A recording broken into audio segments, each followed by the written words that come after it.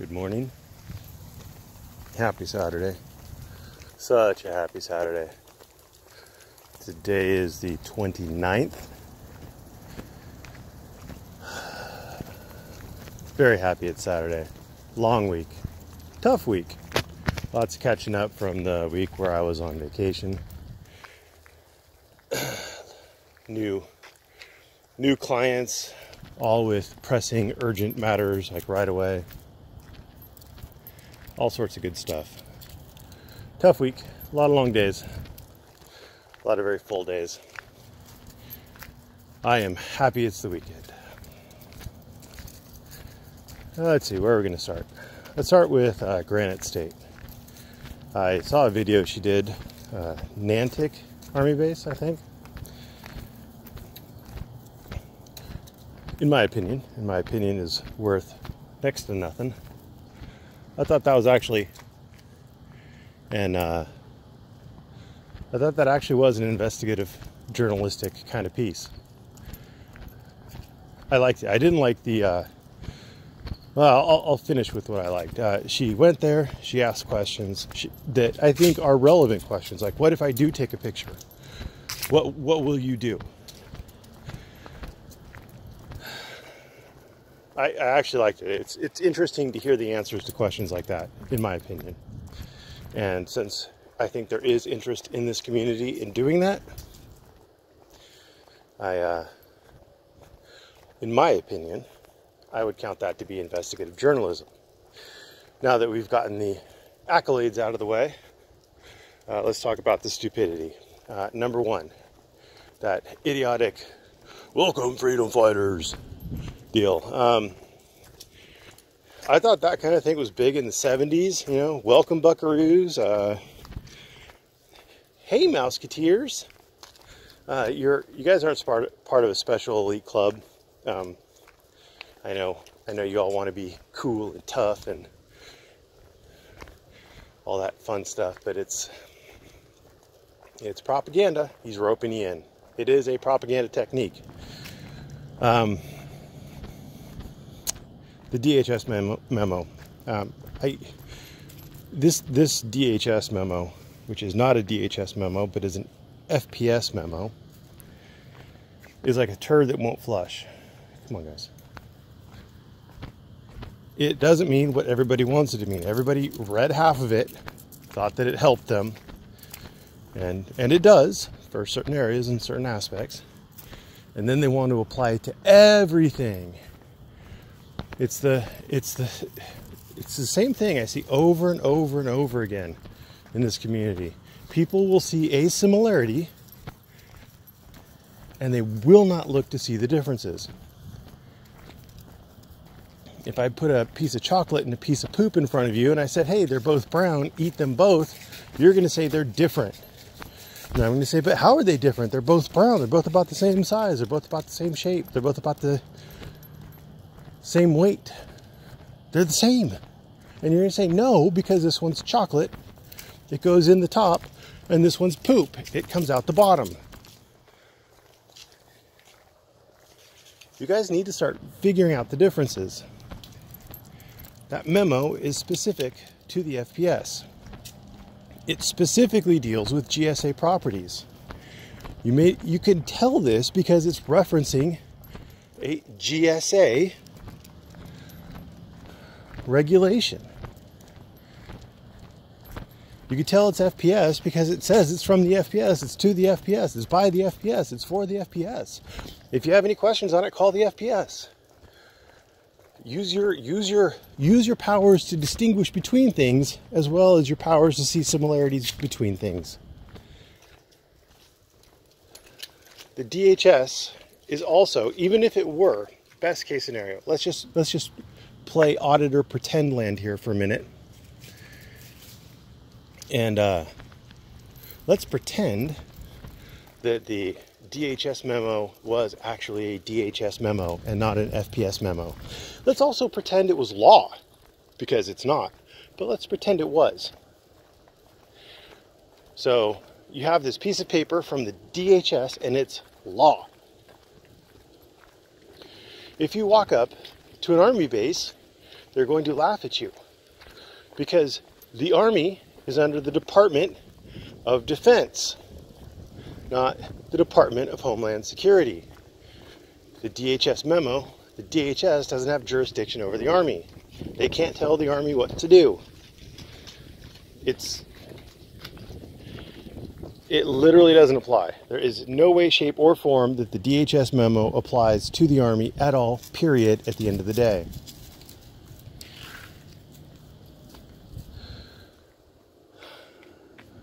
So that's pretty stupid. The other thing that I just want to caution everybody about, while I firmly believe that you do have the right to film Army base gates and the exterior of the Army facilities from public forums, not publicly accessible areas, the misinformation that they keep spreading about, oh, you can film anything you can see from a publicly accessible area, is wrong, and it's a lie, and it should be shot dead. The lie, that is, not the person telling it. But from a public forum, from a traditional public forum, I don't think that there is any reason to apply the, what was that, 18 USC 795, filming of certain military installations. I don't believe that that should, could, or does apply to it. Now, we've had one court that seemed to basically say it might, or it does-ish, sorta, without really litigating the issue, it seems.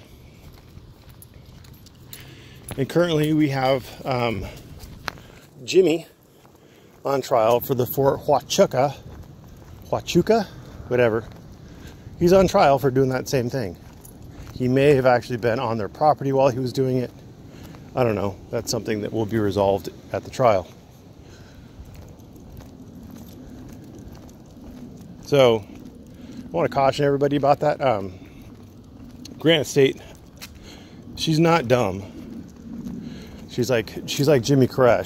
She's not the smartest bulb, but she's not dumb by any stretch of the imagination. She's out there to make money and not spend it on legal fees. And she was very careful and polite and courteous, and she didn't push the issue, not because, and this is my speculation based on all of her past history, but I don't believe that it was just a compliance test, because I think she stopped filming, or I think she filmed it the way she did without pushing it, because she didn't want to get arrested. And there is a very real possibility of her getting arrested to doing that. So anyway, so that's her. What else we got? We've got News Now Patrick desperately trying to get me to side with the auditors in my comments. I'm not sure how I'm against the auditors. Telling people how they're screwing up doesn't mean you're against them. For example, the way my boss is training me on the form and function of the law is that he says, go write this motion in limine. Okay. And I go and I write it and I turn it in, and a little while later he'll call me into his office and be like, okay, so you screwed up this, this, and this. And I'll be like, okay, and I'll go fix it. He doesn't tell me what to do. He makes me figure it out. And that's fine. That's a good way to learn. But it wouldn't be a learning experience if he just had me go figure it out and then never told me when I was wrong. Being told you're wrong is part of, it's helpful. That's why teachers grade your tests. You can't learn from something unless you've made a mistake. Coaches, I mean, if you're not a scholastic person, coaches will go over and over again the correct form to do a particular movement, motion, or whatever. Over and over on it. They'll say you're wrong, you need to do it this way. Your You're extending too far in this direction. You need to pull it in. You're doing this. You're doing that. You're doing it wrong. Do it again. Do it over. So I would love to know in what way I'm against. I know everybody has their, oh my God, it's an emotional reaction. He's attacking the people I love. Oh my God. He's a terrible person. He's attacking. Oh, where's my fainting couch? Where's my smelling salts?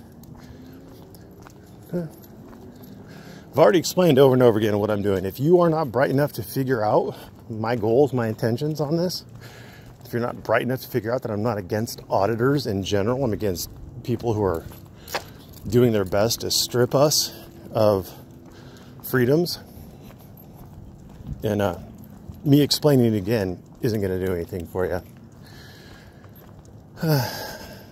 So, sorry news now, Patrick. Because of the way the laws are in Oklahoma, you're probably going to go back on ignore mode. Because nobody really sends your videos my way. So, there you go. You have curated your audience down to the point where you only have pandering sycophants, mainly. So, congratulations. It's amazing. It's amazing the way these various people have curated their audiences down to a point where just simply someone criticizing the way something is done, not the actual doing of the thing, but the way it's done, is enough to make people think that their favorite auditors are being attacked. It's a huge echo chamber. Nobody likes you. Nobody likes me. I don't know if you guys are realizing it, but auditors are making it into sovereign citizen compilations, and they have been doing so for some time. And sovereign citizens are not the most well-liked people in the world by really anybody but other sovereign citizens. Speaking of sovereign citizens, Cop Cam, say what you will, the humble merchant wasn't banning anybody. I mean, I think he thinks he's banning people by saying the magic words about how my mere presence there is harassment, but that's another misunderstanding of the law by the humble merchant. At least I'm helping people, he says. Well, no, you're not helping people. How would that help a bow work out? Oh, it didn't. It got in the maximum sense. Here's what you do, Bow. You get the victim on the stand, and then you start calling her as many names as you can before the judge stops you. It'll work. It'll be perfect. The jury will love it. Because in our little echo chamber, nobody likes judges. And what's true in our little echo chamber must be true in the greater, wider world. Yeah. But say what you will, he didn't ban anybody. What a clown. What a clown. The humble merchant. He's helping News Now Ashtray, who has a lawyer. If my understanding is correct, he's probably, yeah, that's right. Okay. He's helping News Now Ashtray write a complaint for a federal lawsuit. Ooh, that's the tough part. It's actually not. Anyway, let's see what else. There's something else I want to say about. Oh yeah. There is this accusation going around that I run. I mean, everybody who says anything at all negative about auditing or who criticizes or anything like that is obviously a sock puppet account of mine. Obviously, I mean, there can't be any other explanation for people disagreeing with what the auditors do or how they're doing it. Can't be. Because remember, in these little echo chambers, there's no dissent, no criticism. So obviously everybody must agree. But no, actually, apparently, so I went in there because in my Discord, somebody said the Cop Cam was accusing them of being a sock puppet, and I went in there and I'm like, oh, it's kind of silly. But I stayed a minute. I said my hellos, And I had stuff to do. So I went and I made a video. While he was apparently accusing everybody in there. While I was making the video, I mean, in all my videos, you can see the clock down in the bottom right-hand corner on my desktop. Whatever, yeah. The video was uploaded during a stream. I mean, you know, maybe I was psychic and made it ahead of time, and I knew I'd be accused of running multiple sock accounts. I don't know. Or I made it while I was being accused of running multiple sock accounts. But yeah. Merb's got 2 computers going at the same time. Like, okay, dude. Okay. Oh, it's nonsense. Yeah. What else? I thought there was one other thing. Oh, yeah. Jimmy Koresh made a video, I want to say Denton County Court. First of all, he did his standard thing. Oh, they think they're gods, and they're sending down their decrees from on high because they're gods. And that's not the way it works. They're not gods. A judge's decision can be overturned by a higher court judge. So that's not a god. Typically, there are enforcement mechanisms, either through an impeachment process or where the legislative branch would impeach a judge who's not following the law, or there may be a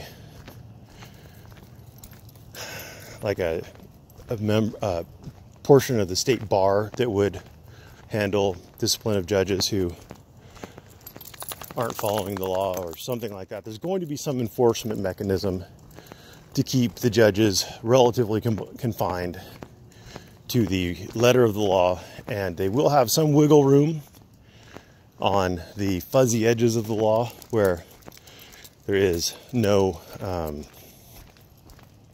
statute in place. It's funny, the sovereign citizens who complain that judges make laws, but they also want common law. I don't know if you understand what you're asking for, because common law is basically judge-made law. It's laws made in the absence of a statute to cover a particular situation that isn't identified sufficiently in the statute. Congratulations. So there was that. The other issue he had was there's a dress code for the court, and it was one of the things in it said no shirts with offensive language, no clothing with offensive language.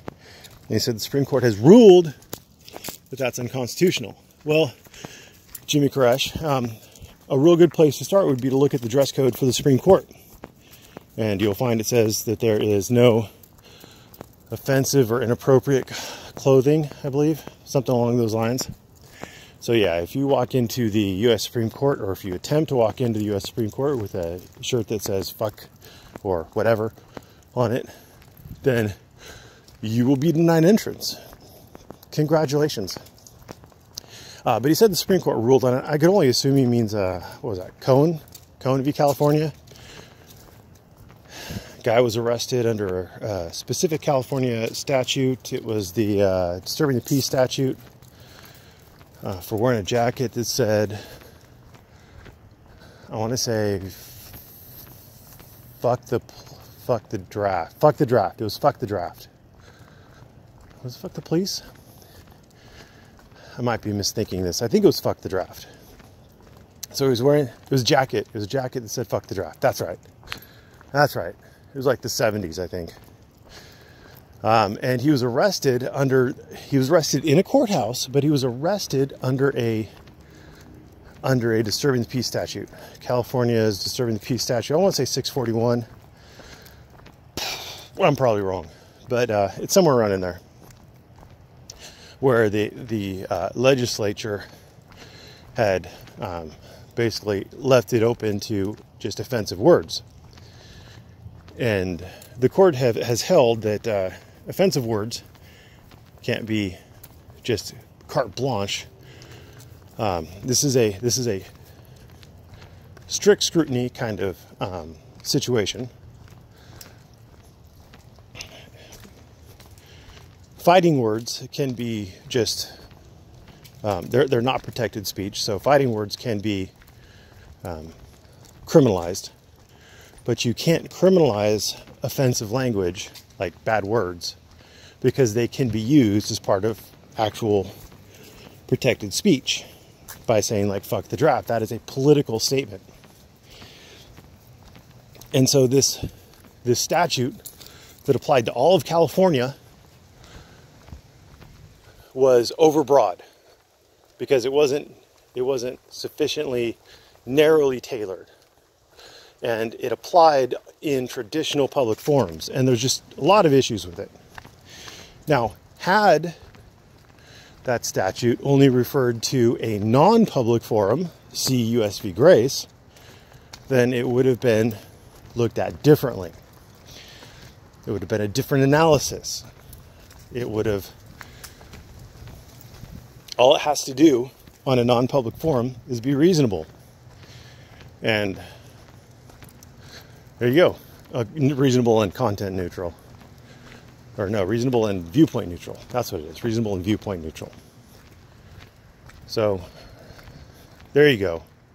The Supreme Court has not ruled that not allowing swear words on clothing is unconstitutional. James doesn't understand the law. James doesn't understand life in general, I don't think. And he's breeding. Thanks for watching. Have a great day.